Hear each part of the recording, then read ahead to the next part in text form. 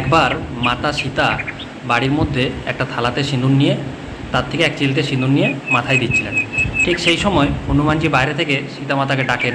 তো হনুমানজির এই ডাক শুনে সীতামাতা তাকে বাড়ির ভিতরে আসতে বলেন। হনুমানজি যে দেখেন যে মাতা সীতা মাথায় সিঁথিতে সিঁদুর দিচ্ছেন, তিনি সীতামাতাকে জিজ্ঞেস করেন যে আপনি মাথাতে সিঁথিতে সিঁদুর দিচ্ছেন কেন? তো সীতামাতা বলেন যে সিঁথিতে সিঁদুর দিলে স্বামীর অর্থাৎ শ্রীরামচন্দ্রের আয়ু বৃদ্ধি হয়। হনুমানজি এই কথা শোনার পরে সাথে সাথে কী করেন, সেই থালার থেকে পুরো থালার সিঁদুরটা তার মাথায় ঢেলে নেন। তখন এবং সেই সিঁদুর তার মাথার থেকে পুরো তার গোটা গায়ে ছড়িয়ে পড়ে। সীতামাতা এই কাণ্ড দেখে জিজ্ঞেস করেন, কি তুমি কী করলে, তুমি গায়ে সিঁদুর মাখছো কেন? তো হনুমানজি সরল বিশ্বাসে বললেন, এই যে আপনি বললেন যে সিঁদুর মাখলে শ্রীরামচন্দ্রের আয়ু বৃদ্ধি হয়, তাই আমি পুরো সিঁদুরটাই পুরো মাথায় ঢেলে নিয়েছি, যাতে শ্রীরামচন্দ্র অমর হয়ে যান। তো এই হচ্ছে হনুমানজির সিঁদুর মাখার কাহিনী। মানে আমরা এই জন্যই হনুমানজিকে সিঁদুর মাখানো হয় কমলা রঙের। তো হনুমানজি ছিলেন রামন্ত প্রাণ, তার মতন ভক্ত পৃথিবীতে দুর্লভ। তিনি রামচন্দ্র ছাড়া আর কিছুই জানতেন না।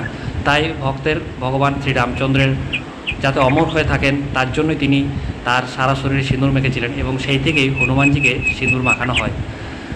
ধন্যবাদ, সবাই খুব ভালো থেকো, টাটা, বাই।